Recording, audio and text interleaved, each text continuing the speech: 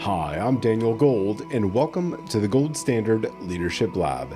By day, I'm a partner at a leading advisory firm where I draw upon my background as an attorney to help my clients succeed. This podcast, though, is my personal project, completely separate and apart from my day job, but reflects the same passion that I exhibit everywhere for teaching, for mentoring, and helping others succeed through simple, impactful lessons. It is my hope that you'll walk away with practical takeaways to help you on your leadership journey. Thanks for being a part of this community and for joining me in the Leadership Lab. Let's get started. Years ago, I started a new job with a company that was about to change the legal services industry for good. And before I could consult on a single project, before I was allowed to talk to a single client, I was handed 2 books and told to read them before my first day. The first book was Eliyahu Goldratt's The Goal, and the second was Raving Fans. Nobody told me that these were optional. It was mandatory. And I was told that this was how the company worked, and that if I didn't understand the books, I wouldn't understand the job. I thought that was the whole onboarding, but I was wrong. It actually wasn't even the beginning. The company I joined had built one of the most respected managed services operations in a part of the legal industry most people outside of it have probably never heard of. The unglamorous hardware and software that sits behind every major litigation. The people that handle the data that nobody sees, but everyone depends upon because they're crucial. I came in as a solutions consultant, the person standing between what clients needed and what the company could actually deliver. And before they let me do that job, not only was I to read those books before day one, but when I got there, they made me sit in on every other job first. That's right, 10 weeks split across IT, the team that processed the data, project management, application development, the team that implemented the contracts once they were signed, and so on and so on. All of this before I was trusted to do the thing I was actually hired to do. And at the time, I was living in Charlotte, North Carolina. The company was based in a small town in Kansas. For the better part of a year, I flew back and forth every single week, Charlotte to Kansas and back, just to physically sit inside one of these teams long enough to understand how the work moved. And eventually, my family and I packed up and moved to Kansas because you can't fake your way through that kind of understanding from that kind of distance. And at the time, I thought this was just an unusually thorough onboarding. But now, I know better. What that company did to me before I even touched a client was teach me systems thinking as a lived discipline. Okay? Systems thinking. They understood something that most leaders never learn. You cannot find what's broken in a system you've only ever seen from one seat. That's what we're talking about today. Not motivation, not mindset, a discipline. How to see the system you're standing inside of and how to tell the difference between what feels broken and what's constraining you. And I want to be upfront about something before we go further. 40 episodes ago, that's right, 40 episodes ago, in episode 26, I asked the question, should you quit? That episode was a personal diagnostic test for you. We talked about mission, energy, impact, team, and gut. It was about accurately reading your own exhaustion. This episode, though, is not that. This episode asks a harder, earlier question. Before you ask whether you should quit, have you diagnosed what is broken? Because most leaders never get that far. Why? Because they feel the friction and then they react to it. They never find the real constraint. And today, I want to be able to fix that for you. I want to slow down now. Okay? I want to slow down here because most leadership content skips this part entirely. And that omission is exactly why most leaders never find the real constraint.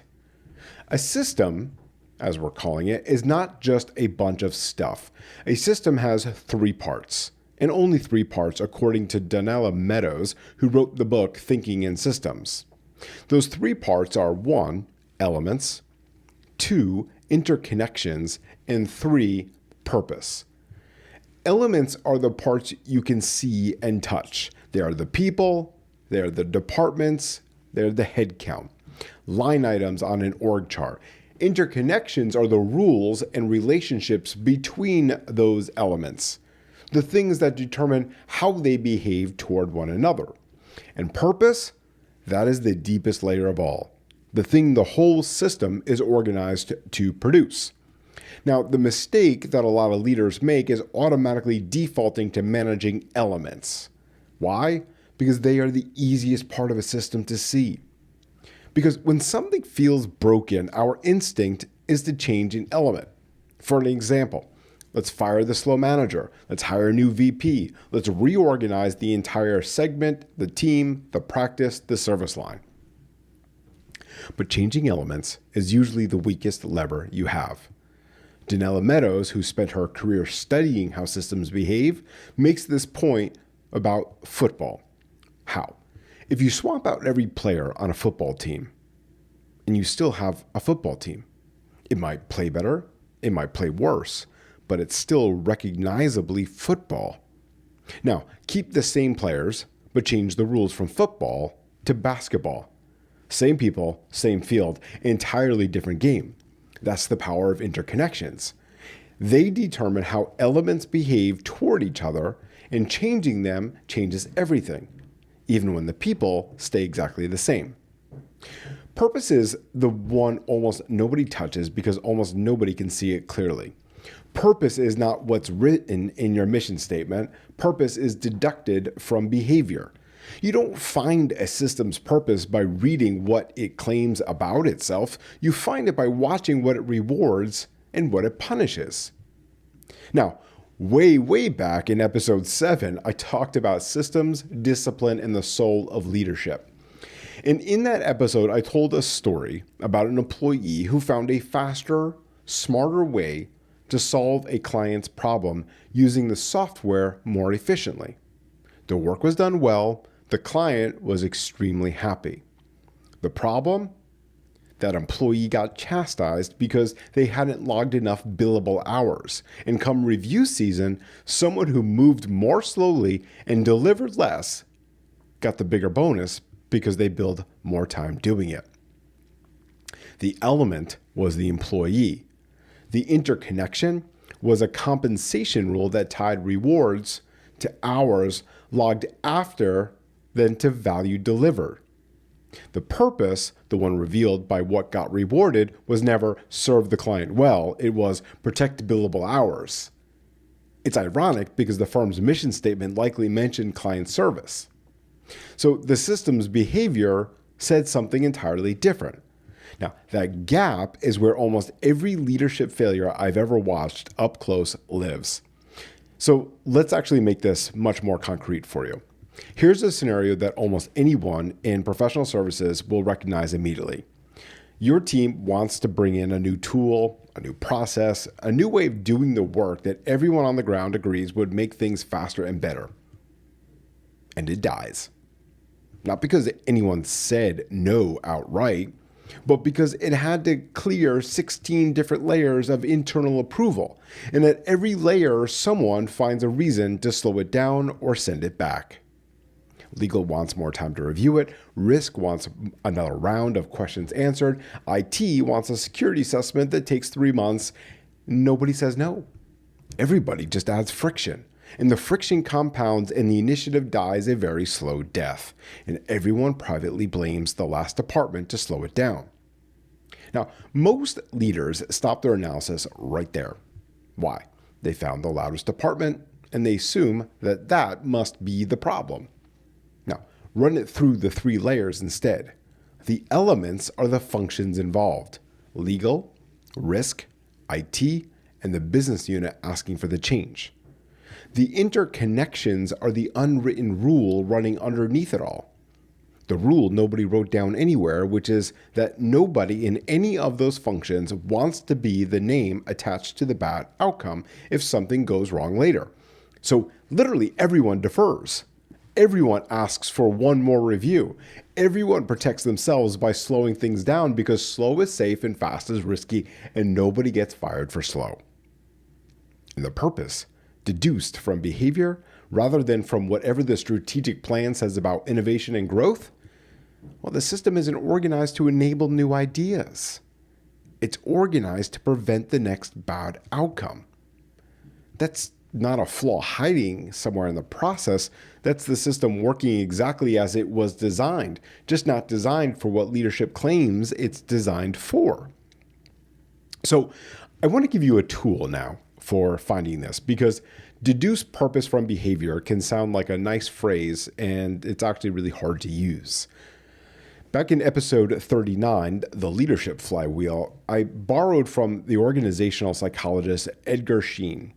Now, Schein distinguished what he called artifacts, the visible stuff, the mission statement on the lobby wall, and what he called basic underlying assumptions. These unwritten rules govern behavior. The artifacts are the paint. The assumptions are the foundation. If you don't manage the foundation, it manages you. And Schein gave us 3 places to look. What does the organization measure and control? Not what it says it values. How did leadership react the last time something went wrong? Did the first question sound like, whose fault is this? Or what can we learn? And who got the last promotion because rewarding the wrong person is louder than any mission statement you will ever write? There's 2 completely different disciplines that land on the same conclusion here. Systems theory tells you purpose is revealed by behavior, not rhetoric. Now, organizational psychology tells you culture is revealed by what gets measured, what gets punished, and who gets promoted, not by what gets said in a town hall. When 2 different fields of study independently arrive at exactly the same answer, that's usually a sign you found something true. But now we get to the tricky part. Even if you've correctly identified that something is broken. So Eli Goldratt, in his book, The Goal, built his entire body of work, The Theory of Constraints, around one observation. What was it? Every system has exactly one constraint. The single weakest link that limits everything else. So for instance, a chain is only as strong as its weakest link, and strengthening any of the other links does nothing for the chain's overall strength. It can make things worse because you've added weight and cost to a part of the chain that was never the problem in the first place. Think about what that means for the 16-layer approval example that I just mentioned. The instinct, once leadership notices the friction, is usually to fix the loudest department. So for instance, send legal for more training, add headcount to risk. All of that strengthens a link that was never the weakest. The function that looks the most inefficient is very often actually not the one limiting what the whole system can produce. The constraint is usually quieter than the loudest complaint in the room. Goldratt built a discipline around finding and working a constraint correctly in a very strict order. That order looks like this. Identify it, so you get more out of what you already have before spending anything. Align everything else around it, and only then invest money to expand it. Almost every leader skips straight to spending because spending feels like leadership. It feels decisive. But the earlier steps, when done fully, typically expose a huge amount of hidden capacity that had been sitting there the entire time, completely free. The 16-layer approval process probably isn't underfunded. It's probably underused, full of capacity nobody's bothered to find because everyone's jumped straight to, we need more people, before they even ever asked, are we using what we have? So let's say that you found the constraint. You understand the system underneath it, the elements, the interconnections, and purpose. Now comes the question almost nobody asks, and it's the question the entire episode has been building toward. You ready? Do you have the authority to move it? Right? Do you have the authority to move it? Not whether you should try, not whether you care enough. whether you, in the seat you currently sit in, have the power to change the layer where the constraint actually lives. This is where I need to draw a distinction that most leadership conversations blur together between authority and influence. You can call it power if you want to call it power, because they are not the same thing, and confusing them costs people years of their career. Authority is structural by its nature, right? It's the right to move an interconnection or a purpose. It usually comes with a title, control over the budget, the power to hire and fire, and a seat on the board. Now, influence is relational. People listen to you. They defer to your judgment. They change their behavior because you ask them to, even though you hold no formal lever that requires them to. Influence is real and it matters, but it's not a stable, permanent state the way authority is. It's closer to a balance. You're spending down every time you use it. Every time you name a constraint and nothing moves, you haven't just failed to fix the problem. You've spent some of the trust people had in you reading the situation. And if you do that enough times, and the deference that used to follow your judgment stops following it. I have watched this happen to people more than once, many, many times, in more than one organization. Someone takes a senior seat with real influence and no authority over the layer where the constraint actually sits. And for a while, that influence is enough to move small things. But every time the bigger constraint gets named and nothing happens, a little more of that influence erodes. And what I've noticed, watching this pattern repeat itself, is that it's rarely about the person at all. When you see two different people in succession sitting in the same seat, independently arriving at the same complaint, that's not two leaders who weren't good enough. That's a seat that was built by design or by neglect to have influence and nothing else. The problem is never the person. It was the chair. There's this old idea, the one about two roads diverging in a yellow wood, that gets quoted at moments exactly like this one, and usually to romanticize the uncertainty of the choice. I don't think that's useful here. The poem is about not knowing where either road leads. And this diagnostic that we're talking about in today's episode exists specifically to remove that not knowing. You can find out before you commit to anything whether you hold real authority over the constraint you've identified. And so here's the test that I have for you. Once you have found your constraint, your elements, your interconnections, purpose, all of it diagnosed, ask yourself one question. Do I have authority over the layer where the constraint lives, or do I only hold influence? There are only two answers, and each one tells you which sequence of work comes next. Okay? If you have authority, the sequence is resilience first. You hold your center long enough to work the constraint correctly before you spend $1 expanding it, because most leaders with authority still skip straight to spending. Then empowerment, because moving an interconnection or a purpose almost never happens through your effort alone.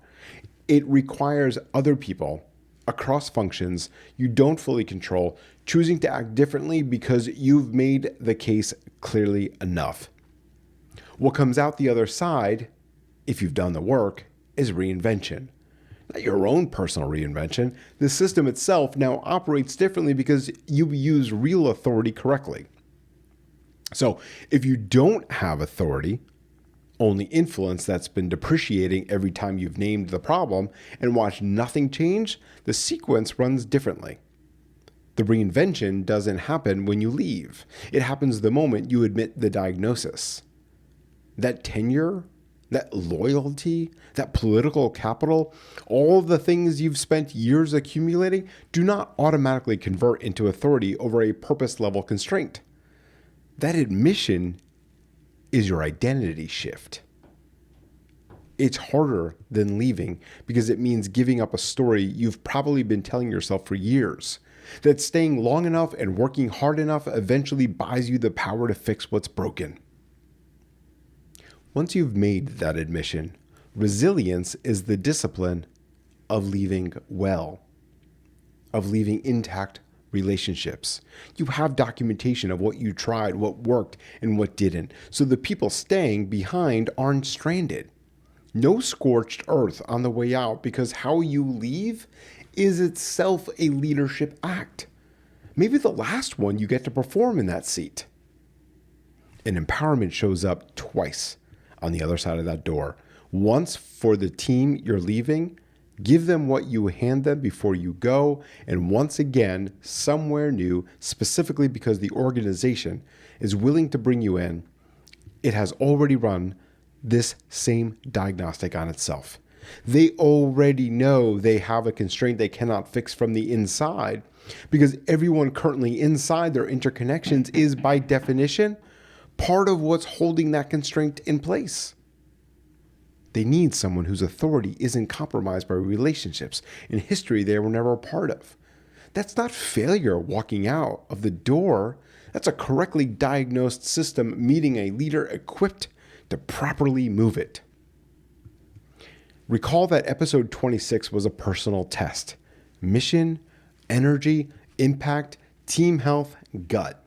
It asked how you're doing.